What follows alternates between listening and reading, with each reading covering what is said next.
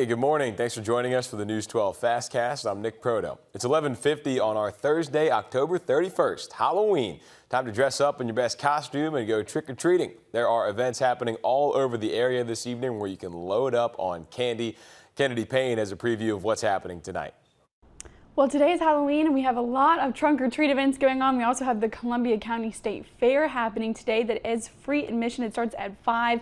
So I'm going to be out at all of these trunk-or-treat events, talking with some people, seeing all the fun costumes, just getting everyone's Halloween plans for the day. I'll also be at the Columbia County State Fair later this afternoon. So if you want to check out that full story, it's going to be on News 12 at 6 o'clock, also on our website at WRDW.com and on our app. All right, thanks, Kennedy.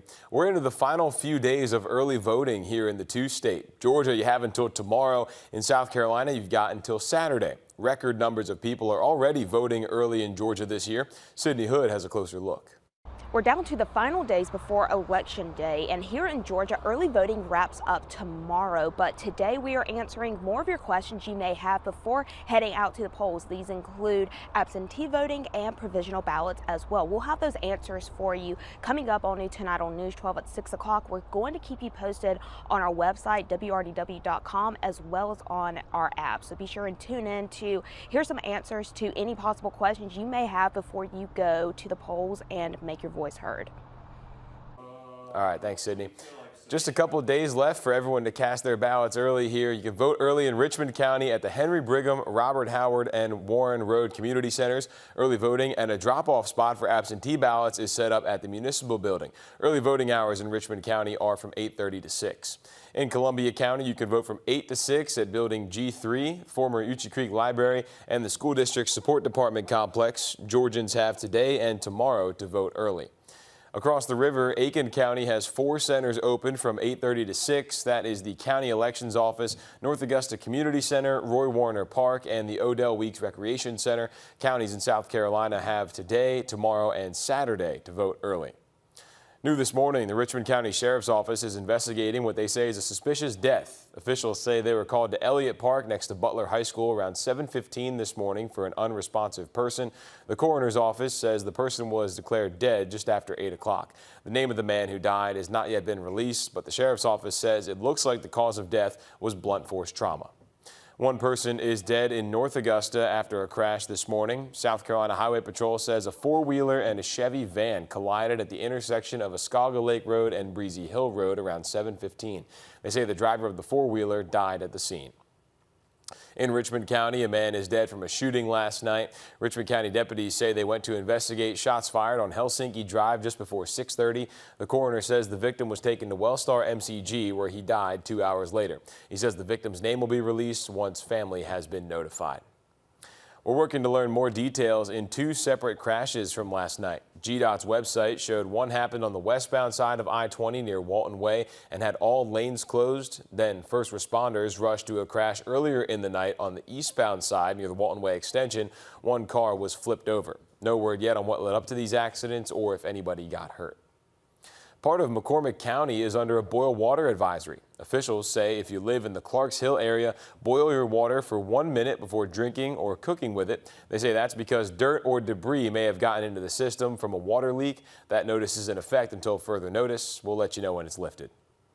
The South Carolina Attorney General's office says an Aiken attorney is facing 7 charges connected to the sexual exploitation of minors. A news release from local investigators says they got a tip concerning 54-year-old William Mays.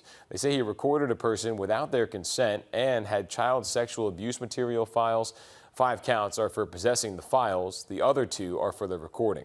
That case is being prosecuted by the Attorney General's office. We've learned he's been released on bond. Police are investigating a vandalism at a popular park in the city of Grovetown. Mayor Gary Jones took to Facebook saying the pavilion and basketball net at Goodale Park were damaged yesterday morning. So far, police have not named a suspect. Mayor Jones says when an arrest is made, they'll be prosecuted no matter the age. Our Sky 12 drone got to see why one construction project is diverting downtown traffic. This is over the 13th Street and Jones Street intersection. This started Monday. City leaders announced it's expected to be down for about 2 weeks to install a brick crosswalk. there's no way through there. So if you cross over 13th Street Bridge, make sure you're in the right lane. We saw cones blocking off the left lane. You can still turn left or right onto Reynolds Street from that right lane. Barriers are also set up at the Sebastian's Way and Jones Street intersection.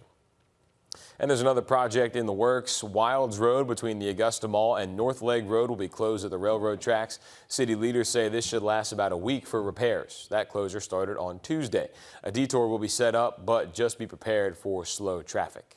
That's it from the news side this morning. Let's send it over now to First Alert meteorologist Tim Strong now for that Halloween trick-or-treating forecast. Big day, and it's going to be another warm one, too. We'll peer out off the Thurman Dam, out across the lake. What a gorgeous afternoon. A little mix of sun and clouds coming in.